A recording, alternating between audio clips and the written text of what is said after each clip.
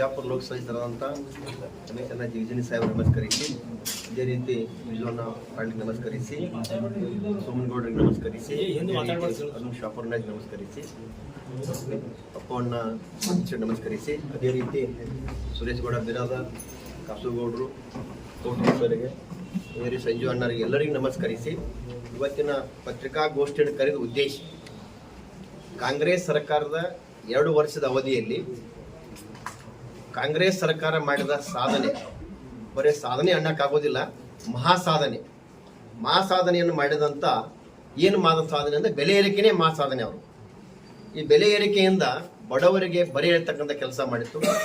ಅದೇ ರೀತಿ SC/ST ಅನುದಾನವನ್ನು ದುರ್ಬಳಕೆ ಮಾಡ್ತಕ್ಕಂಥ ಇರ್ಬೋದು, ರೈತರಿಗೆ ಉಪಯೋಗಿ ಯೋಜನೆಗಳು, ಕೃಷಿ ಉಪಯೋಗಿ ಯೋಜನೆಗಳನ್ನು ಬಂದ್ ಮಾಡುವ ಮೂಲಕ ರೈತರಿಗೆ ಕೂಡ ಅನ್ಯಾಯ ಮಾಡಿದೆ.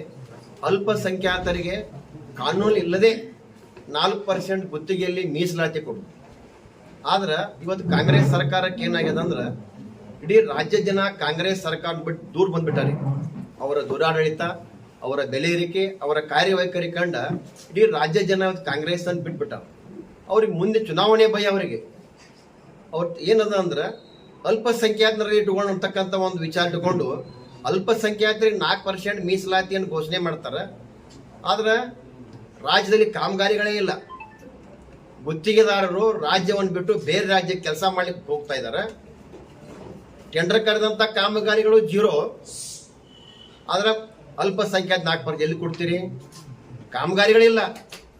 ಅಂದ್ರೆ ಅಲ್ಪಸಂಖ್ಯಾತರಿಗೆ ಮೂಗಿಗೆ ತುಪ್ಪ ಒರೆಸಿ ರಾಜಕಾರಣ ಮಾಡೋಕ್ಕಾಗಿ ಇದು ಘೋಷಣೆ. ಅವರಿಗೂ ಕೂಡ ಇದು ಉಪಯೋಗ ಇಲ್ಲ ಅಂತಕ್ಕಂಥ ಯೋಜನೆ.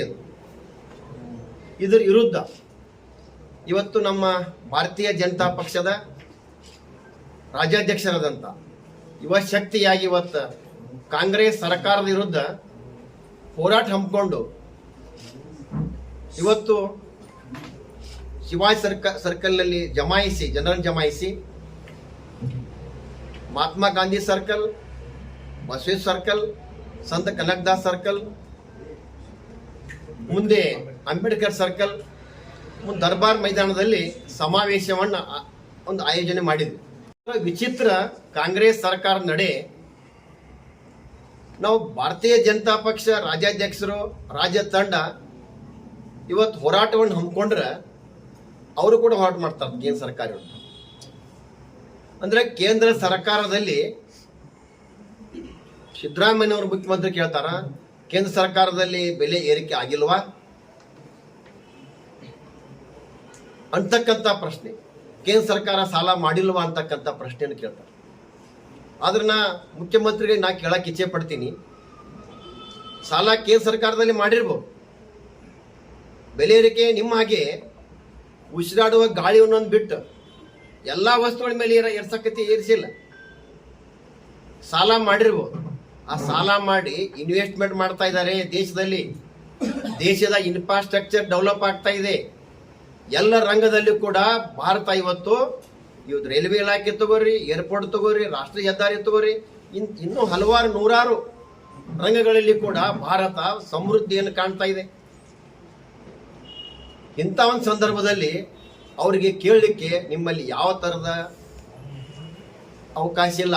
ಕೇಂದ್ರ ಸರ್ಕಾರ ಕೇಳ್ತಕ್ಕಂಥ ನೈತಿಕತೆ ನಿಮಗಿಲ್ಲ. ಆದರೆ ಇವತ್ತು ನಾ ಕಾಂಗ್ರೆಸ್ ಸರ್ಕಾರ ಸಿದ್ದರಾಮಯ್ಯನವ್ರು ಕೇಳ್ತೀನಿ, ನೀವು ಮಾರವೇಷ ಹಾಕ್ಕೊಂಡು ರಾಜ್ಯ ತಿರುಗಾಡ್ರಿ, ನಿಮ್ಮ ವೇಷ ಬದಲಾಯಿಸ್ಕೊಂಡು ತಿರುಗಾಡ್ರಿ, ಎಲ್ಲಿ ಜನ ಕೂಡೀಕರನಾಗಿ ಚರ್ಚೆ ಮಾಡ್ತಿರ್ತಾರ ಅವರ ಮಾತುಗಳನ್ನು ಕೇಳ್ರಿ. ಜನ ಆಕ್ರೋಶಗೊಂಡಿದಾರ, ನಿಮಗೆ ಚೀಮಾರಿ ಹಾಕ್ತಾ ಇದ್ದಾರೆ. ಇವತ್ತು ರಾಜ್ಯದಲ್ಲಿ ಯಾರು ನೆಮ್ಮದಿಯಾಗಿದ್ದಾರೆ, ಯಾರು ಆನಂದವಾಗಿದ್ದಾರೆ ಅಂದ್ರೆ ನಮ್ಮ ರಾಜ್ಯದ ಮುಖ್ಯಮಂತ್ರಿಗಳು ಆರಾಮದಾರ. ಅವ್ರನ್ನ ಬಿಟ್ರೆ ಉಪಮುಖ್ಯಮಂತ್ರಿಗಳು ಆರಾಮದಾರ, ಅವ್ರನ್ನ ಬಿಟ್ರೆ ಮಂತ್ರಿಗಳು ಆರಾಮದಾರ. ಆದ್ರೆ ರಾಜ್ಯದ ಕೂಲಿ ಕಾರ್ಮಿಕರು ಆರಾಮದಾರ, ಏನು ರೈತರು ಆರಾಮದಾರ, ಗುತ್ತಿಗೆದಾರ ಆರಾಮದಾರ, ವ್ಯಾಪಾರಸ್ಥರು ಆರಾಮದಾರ? ಯಾರು ಆರಾಮಿಲ್ಲ. ಹೋಲ್ ಬಿಡ್ರಿ, ಶಾಸಕರೇ ನೆಮ್ಮದಿಯಿಂದ ಇಲ್ಲಿ ಇವತ್ತು. ಅದು BJP ಶಾಸಕರನ್ನ ಬಿಡ್ರಿ, ನೀವು ನಿಮ್ಮ ಕಾಂಗ್ರೆಸ್ ಶಾಸಕರನ್ನ ಕೇಳ್ರಿ. ಇವತ್ತು ಎಲ್ಲ ಮತಕ್ಷೇತ್ರ ಶಾಸಕರಿಗೆ ಜನ ಚೀಮಾರಿ ಹಾಕಾಕತ್ತಾರ.